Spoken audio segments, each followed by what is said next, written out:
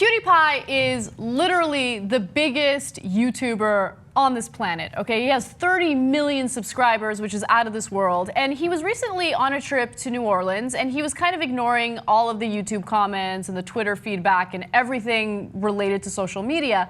When he came back, he was alarmed to see that there were some hateful comments on his YouTube videos, which is strange. Right? Color me surprised. Never happens. But he was tired of it. You know, this 24-year-old, he's been dealing with the bullshit on YouTube. Preach, I know all about it, right? So he decides to release a video where he says that he's going to disable the comment section. People will no longer have the ability to comment on his YouTube videos. However, he does say that he wants to interact with his fans through Twitter and also Reddit. So you will be able to communicate with him that way. But he's just tired of the YouTube comments. He thinks that they're hateful and they don't actually result in any type of legitimate or helpful conversation.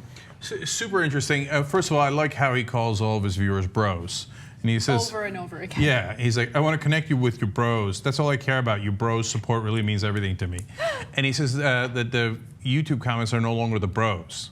Okay. Yeah. Okay. Now. Damn. I disagree with him. Me too. Yeah. Okay. Now, don't get me wrong. He's onto something, and I don't mean he's onto something like there's hateful comments on YouTube. Of course, everybody knows that. That's happened from day one. I mean that when I see the comment section in our videos, in the past it used to be mixed, right? Positive, negative. But now it seems like the way that they have arranged the algorithm or however they organize it, it seems like mostly negative comments show up at the top. Yes. Even if a video will have 90%, 99% favorability rating, likes to dislikes, you'll see nothing but negative comments at the top. Right. I'm not entirely sure how their algorithm works, but what I've noticed is usually the comments that get the most attention. So if someone's trolling, that person usually tends to get more attention, and then people start arguing with that person. There's a back and forth, and there's this long thread. That person is usually, for some reason, at the top of the comment section. So they have more visibility.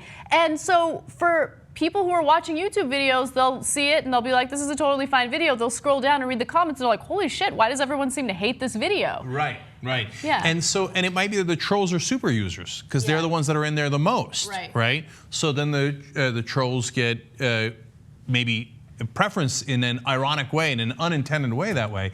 So I get his frustration, but at the same time, if you bother to read through the comments, which I do quite often, now we got thousands of comments on all these different videos. I can't read all of them, but I skim through them. It's freaking terrible. Okay, no, look, it gives, if you're looking at one or two comments and making a decision based on how your show should go, based on those comments, you're going to head in a really bad direction. Okay, that's not the right way to go. It's stupid. Okay, but if a lot of people are saying something, it usually means something. It might mean something about the audience. It might mean something that you did is right or wrong.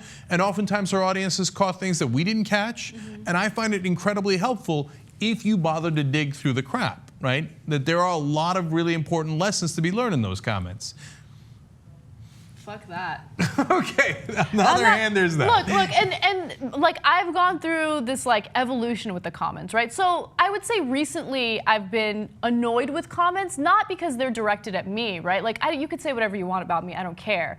But the comments have revealed certain things about a chunk of society that makes me worry, right? So when we did the domestic violence stories and people were like totally justifying an NFL player beating the shit out of his girlfriend.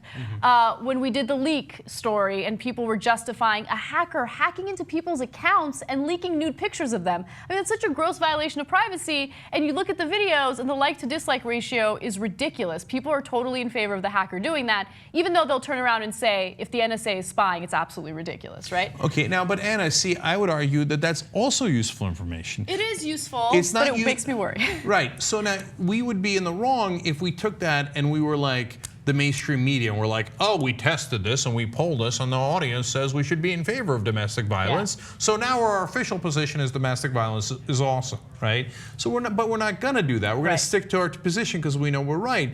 But whether it's disturbing or not to know what some portion of the audience thinks, if it is a significant enough portion of the audience, well, that's interesting. It is interesting, and it's discouraging. So that is what has kind of like worried me and upset me as of late. But when it comes to like personal attacks, like my mind is completely evolved on that issue. Like at first I was like, oh my God, people think I'm dumb, people think I'm fat. And then now, like I read those comments, and I said this on The Point today, like I get a little turned on by it. And like, okay. I didn't see that coming. So the reason why I say I get turned on by it is because, like, think about the type of power that I have to like provoke that type of commentary. Oh, that's an interesting Fucking way of looking. Sexy, right?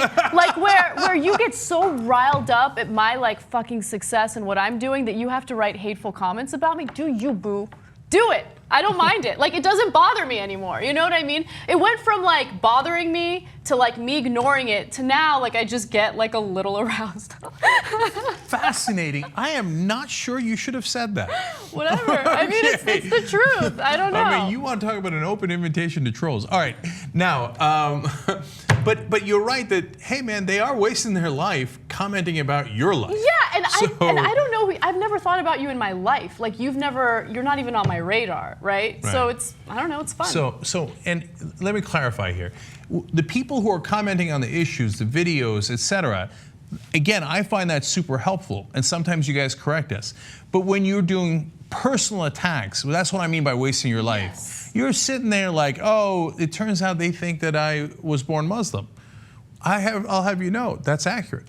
Okay, it turns out some people believe I'm overweight. Once again, accurate. Yeah. You nailed it. But for you to keep pointing out things that are wrong and right, some people think I'm a Jew, some people think I hate Jews, whatever, Stupid right? Personal attack, right. Exactly. All these stuff, okay. Then you're wasting your life because who cares? That's not pertinent to anything. Oh, yeah. So final thing is, look, if you don't allow the comments, you're not going to find out important things both about yourself and your audience. So no matter how flawed the system might be, I'm still definitely in favor of the comments. And I know that we learn from them on a daily basis.